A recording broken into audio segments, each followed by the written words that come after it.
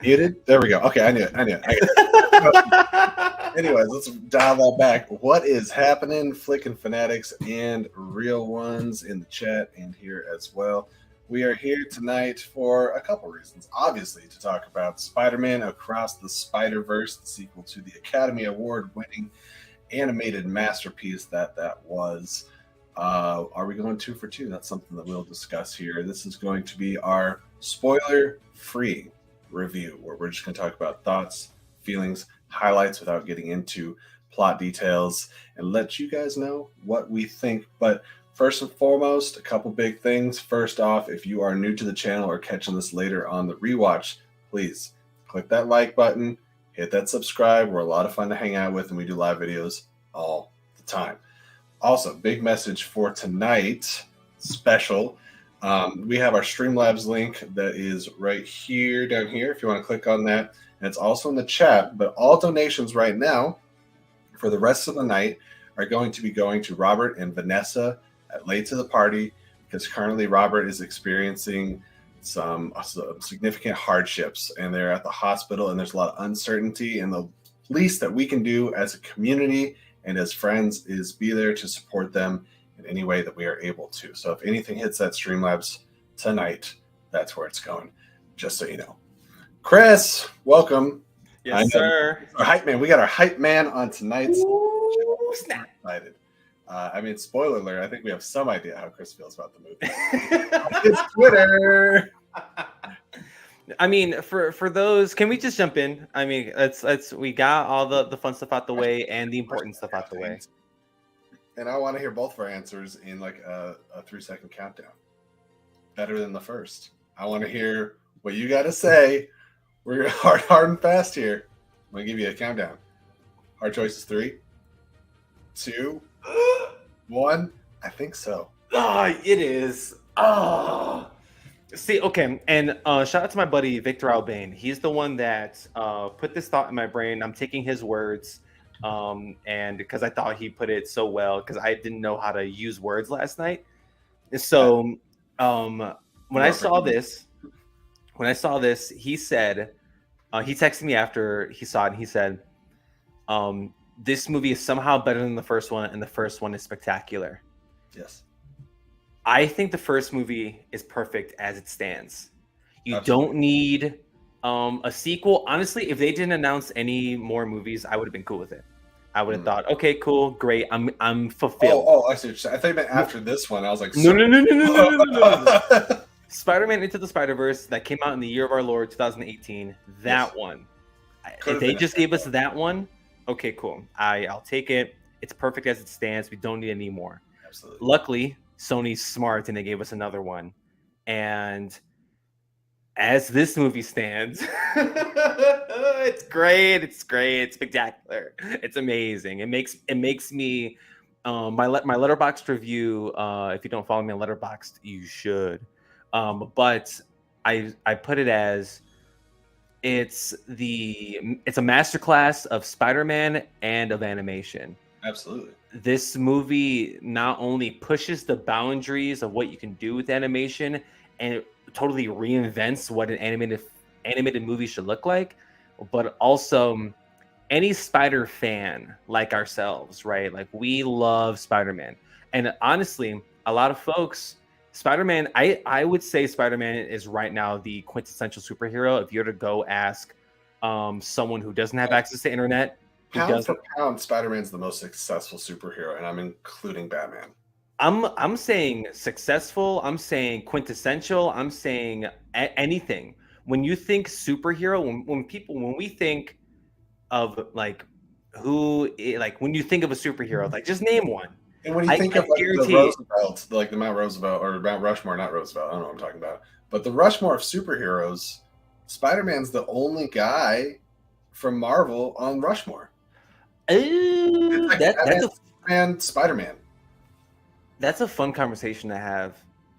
Who fills that fourth slot? But that's you could say with like cinematic influence, you could throw Iron Man on there. Or maybe I was going to say Iron Man. But if you're talking comics and you're talking about like the longevity of like Wolverine, Wolverine's the only other one that gets like maybe a run at it if you're going to put a fourth person on there. That's a fun conversation to have. Let's bookmark that for later. All right, tier list. But Spider-Man as it stands, she, whoever, however you interpret the Spider-Man character, I think that's the quintessential superhero, and movies like this are reason why.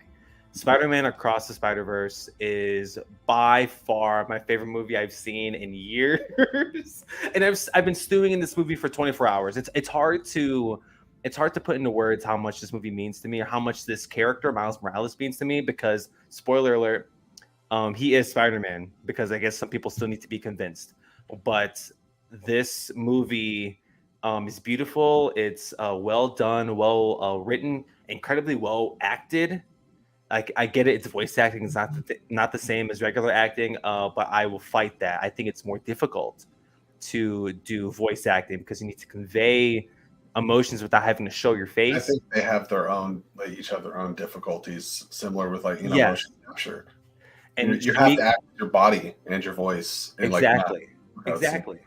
And Shamik Moore, I will shout out, I'll spotlight, I should say, Shamik Moore, Haley Steinfeld, and Oscar Isaac. The three of them, to me, are the Oscar is so intense in this film.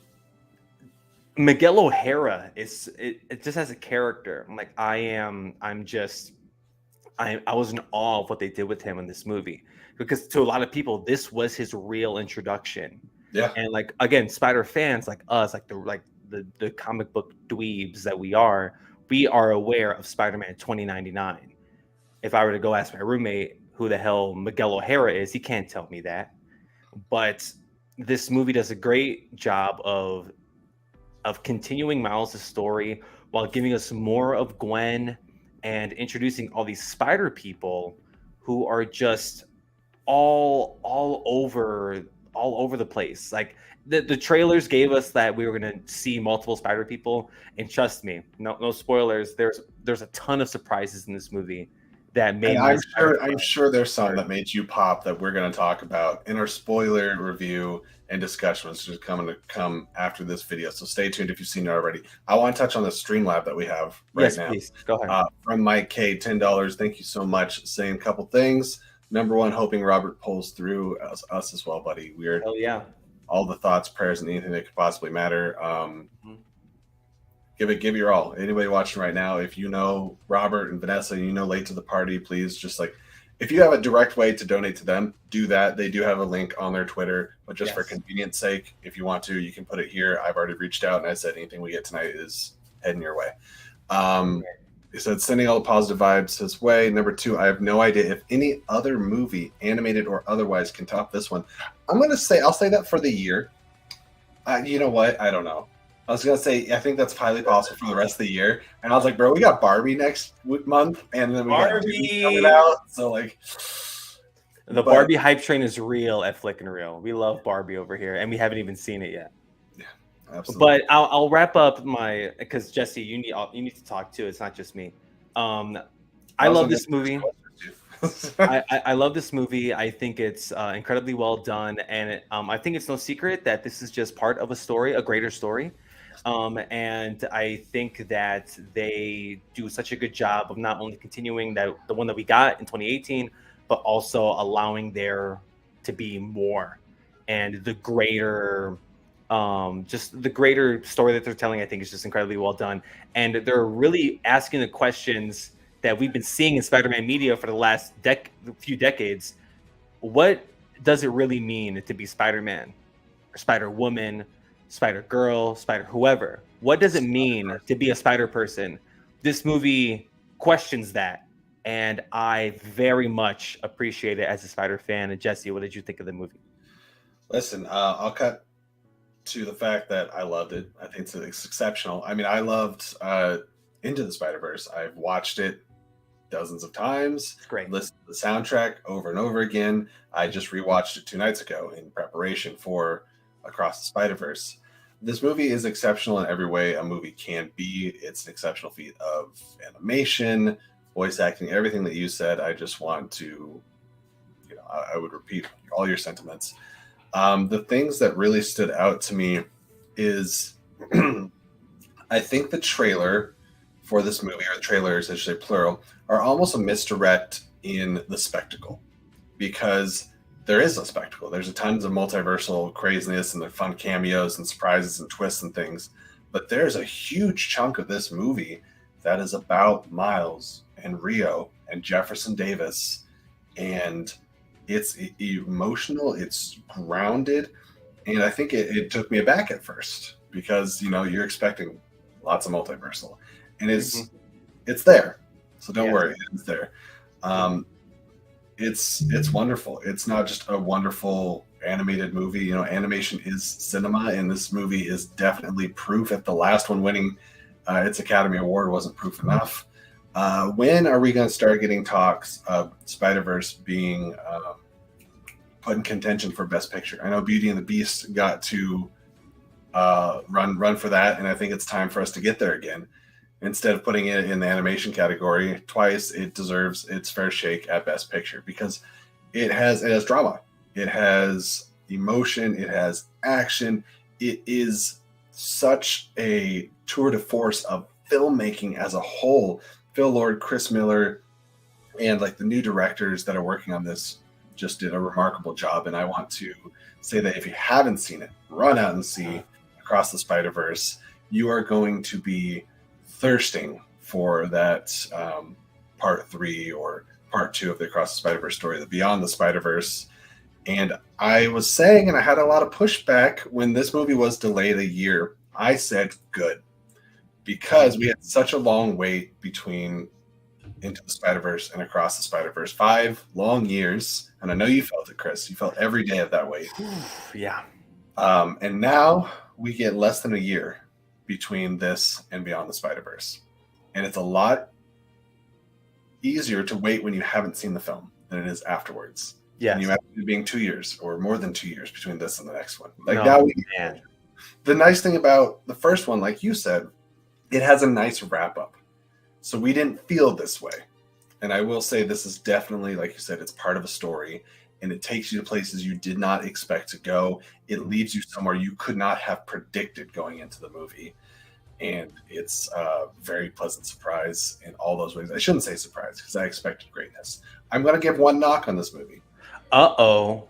Okay. Not a huge knock. The amount of times I listened to the Into the Spider-Verse soundtrack is nowhere to count. Uh-oh. The score of this movie is really, really great. Yes. The soundtrack didn't stick out to me watching this movie in the way that the first one did. And that's not necessarily a problem or a negative, but if we are going to compare and contrast, the music was almost as much of a personality I felt in the first movie that the animation was. Ooh. And I wasn't feeling as strongly about the song choices in this one. That could be me. I could be in a minority, but that was just my really only negative takeaway. The runtime is very well paced, which is surprising to say for an animated movie over 2 hours, but it was great. Do you have any wrap-up thoughts, Chris? Two things. I know we want to jump over to the other stream that we have on the channel where we're going to talk full spoilies. And trust me, I'm jonesing to get to that point. But in my drafts on Twitter, I swear I'm going to launch this tweet at some point in the next 24 hours. I mentioned it. This movie should be in Best Picture contention. Yes. It's this film is, yes, it's a comic book movie. Yes, it's animation, and I know that's going to be the cards are stacked against this flick. We need the Oscars as a whole, and we can talk. That's a whole different conversation. Again, we're bookmarking streams for future references. The Oscars just need to change, period. And if you want people to watch your show, nominate movies like this. That not only because they are fan servicey like hell, because trust me, this movie is fan service, the flick, but good. Like, it's genuinely good and full of heart, and it's moving as hell. And there's so many quotable pieces from this. And as Mike K says, the marketing spoiled nothing, because I avoided trailers like it was nobody's business. I watched the first one, and I was telling our flickin' folks that I was not going to react to anything else Spider-Verse by choice. I avoided it like the plague. Little Mermaid last week, I went to go see it. One of the trailers they played, Spider-Verse. Guess what Chris did? Ran out theater, closed his eyes. Immediately. I went like this. I was plugging my ears. La, la, la. I wanted nothing to do with the marketing of this besides the first trailer. But yes, best picture, totally. And to your point about the music, I disagree, but in a different way. I totally get what you're saying. Like, because don't get me wrong, Sunflower is still in rotation. Dude, that's 5 years later. That soundtrack. Right, and there's so many other.